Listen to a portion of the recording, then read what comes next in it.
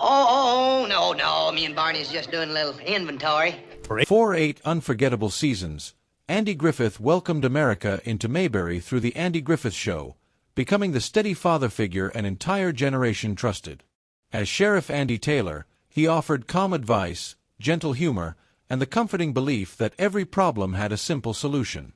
But the man behind that badge was shaped by hardship long before the cameras ever rolled. Born in 1926 in Mount Airy, North Carolina, Griffith grew up in deep poverty during the Great Depression. His family struggled to make ends meet, and as a boy he was painfully aware of being the poor kid in town. Teased for his clothes and background, he carried the sting of humiliation and a quiet anger that never fully disappeared. Music became his refuge. He mastered the guitar and banjo, poured himself into church life, and briefly considered becoming a Moravian minister before discovering that the stage offered something even more powerful, a way to transform pain into performance.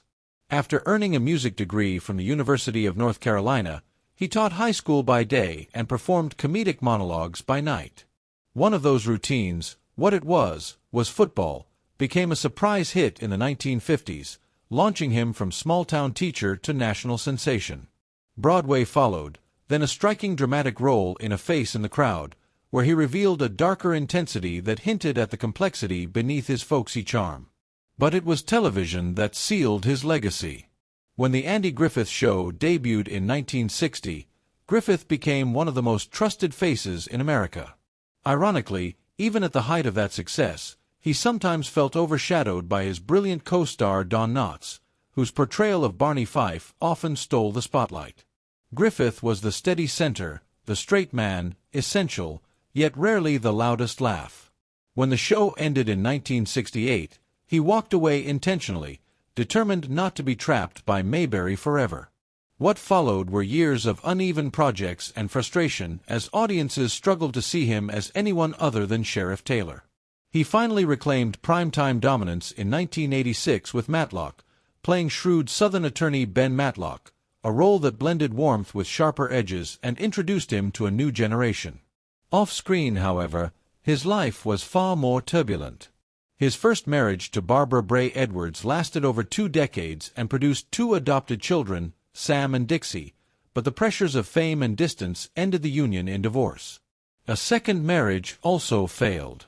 It wasn't until 1983, when he married actress Cindy Knight, that he found lasting stability. She became his anchor through career resurgences and personal storms. Yet no success could shield him from his greatest heartbreak, the loss of his son Sam in 1996 after years of struggles with addiction. Friends said the grief changed him permanently. The man who had played America's most reassuring father faced a pain no script could resolve.